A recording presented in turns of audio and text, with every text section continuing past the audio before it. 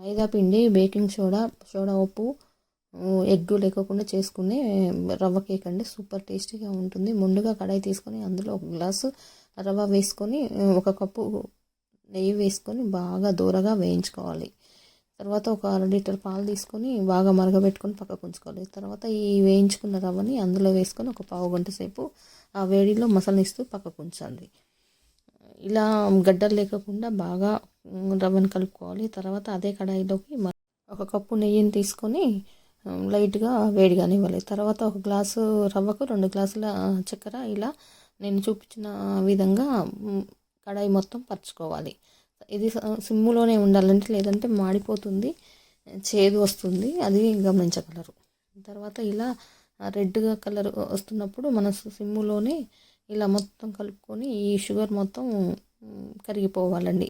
Sugar మొత్తం కరిగి caramel లెక్క సిరప్ తయారవుతుంది. ఈ సిరప్ మరుగుతున్నప్పుడే మనము పక్కకు పాలలో మరగబెట్టుకున్న రవ్వని వేసుకొని ఇలా చిటపటలాడుతూ ఉంటుందండి. అయినా కూడా మీరేం టెన్షన్ పడాల్సిన అవసరం లేదు. 1-2 నిమిషాల్లో మొత్తం కలిసిపోతుంది. ఇలా సిమ్ములోనే పెట్టుకొని బాగా కలుపుతూ ఉండాలండి. ఈ క్యారమిల్ కేక్ టేస్ట్ కూడా సూపర్గా ఉంటుంది. చాలా టేస్టీగా ఉంటుంది. ఈ రవ్వ అనేది నెయ్యిలో బాగా ఉడుకుతూ సైడ్లు వదిలేస్తూ ఉండాలండి. పైకి నెయ్యి తేలుతూ ఉన్నప్పుడు మనకు రవ్వ కేక్ తయారైనట్టు లెక్క.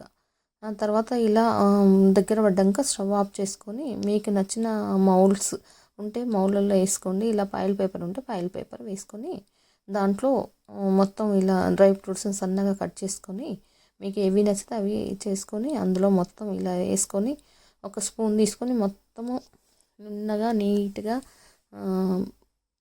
దాంట్లో సెట్ చేసుకోవాలండి. తర్వాత పైనుంచి కూడా డ్రై ఫ్రూట్స్ వేసుకోవాలి.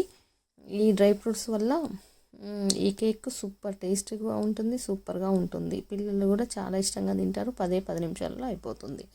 ఇలా అయిపోయాక ఒక హాఫ్ అన్ అవర్ పట్టుద్దండి ఇది చల్లడటము. హాఫ్ అన్ అవర్లో దీన్ని మళ్ళీ ఆ మౌల్లో నుంచి తీసి పక్కకు పెట్టుకోవాలి అండి. ఇవాళ నేను ఈ కేక్ చేసిన రోజు మా అమ్మాయి మ్యారేజ్ డే కాబట్టి వాళ్ళు ఈ కేక్ని కట్ చేశారు. తర్వాత ఇది కేక్ వచ్చేసి సూపర్ టేస్టీగా ఉందండి. మీరు ఒకసారి ట్రై చేయండి. పిల్లలు కూడా చాలా ఇష్టంగా తింటారు. తొందరగా రెడీ అయ్యే కేక్.